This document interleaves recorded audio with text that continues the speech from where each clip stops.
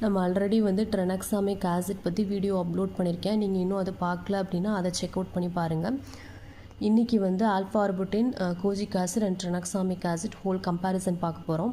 ஆல்ஃபார்புட்டினும் kojic ஆசிடும் என்ன பண்ணும் பார்த்தீங்கன்னா, உங்களோட ஸ்கின்ல வந்து சிவியர் ஹைப்பர் பிக்மெண்டேஷன் இருக்குது. லைக் வாயை சுற்றி நெத்திலலாம் வந்து ரொம்ப கருப்பாக இருக்குது, இல்லை வந்து ஆக்னி ஸ்கார்ஸ் ஜாஸ்தியாக இருக்குது, இல்லை உங்களுக்கு மெலாஸ்மா இருக்குது. ப்ளஸ் வந்து பார்த்திங்கன்னா ஓவரால் ஸ்கின் டோனை இம்ப்ரூவ் பண்ணும், சன் டேன் ரெடியூஸ் பண்ணும். இந்த மாதிரி விஷயங்களுக்குலாம் வந்து இந்த 2 சீரமே வந்து ரொம்ப நல்லா எஃபெக்டிவாக ஒர்க் ஆகும். ஆனால் என்ன டிஃப்ரென்ஸ் அப்படின்னு கேட்டிங்கன்னா, கோஜிக் ஆசிட் வந்து ரொம்ப பொட்டண்ட்டான ஆசிடு. இந்த 3த்துலேயே ரொம்ப ஃபாஸ்ட்டாக ஒர்க் ஆகுறது வந்து பார்த்திங்கன்னா கோஜிக் ஆசிட் தான். எந்த அளவுக்கு வந்து ஃபாஸ்ட்டாக ஒர்க் ஆகுதோ அந்த அளவுக்கு வந்து ஸ்கின்ல இரிட்டேஷனையும் ஸ்கின்னோட சென்சிட்டிவிட்டியும் வந்து இது ஜாஸ்தியும் பண்ணும். ஸோ இந்த கோஜிக் ஆசிட் வந்து எல்லா ஸ்கின் டைப் பீப்புளுக்கு வந்து சூட் ஆகாது.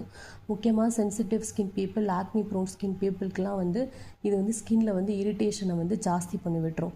ப்ளஸ் பார்த்திங்கன்னா கோஜிக் ஆசிட் வந்து ஆல்ஃபார்புட்டின் அண்ட் ட்ரெனக்ஸாமிக் ஆசிட் சீரம்ஸ் எல்லாம் பார்த்திங்கன்னா நம்ம வந்து ரொம்ப சேஃபாக இயர் கணக்கில் கூட யூஸ் பண்ணலாம். கோஜிக் ஆசிட் சீரத்தை வந்து அப்படி நம்ம யூஸ் பண்ண முடியாது.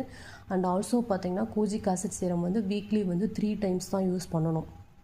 அப்போ தான் வந்து உங்கள் ஸ்கின்னால் வந்து அதை வந்து டாலரேட் பண்ண முடியும்.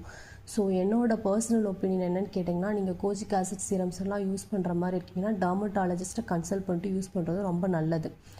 நெக்ஸ்ட்டு பார்த்திங்கன்னா ஆல்ஃபார்புட்டின் பொறுத்த வரைக்கும் பார்த்திங்கன்னா யூடியூப்பில் இருக்கிற மோஸ்ட் ஆஃப் த டெர்மட்டாலஜிஸ்ட் வந்து சஜஸ்ட் பண்ணுற ஒரு சேஃபான ஆசிட் ஃபார் ஹைப்பர் பிக்மெண்டேஷன் எடுத்துக்கிட்டிங்கன்னா அது வந்து ஆல்ஃபார்புட்டின் தான்.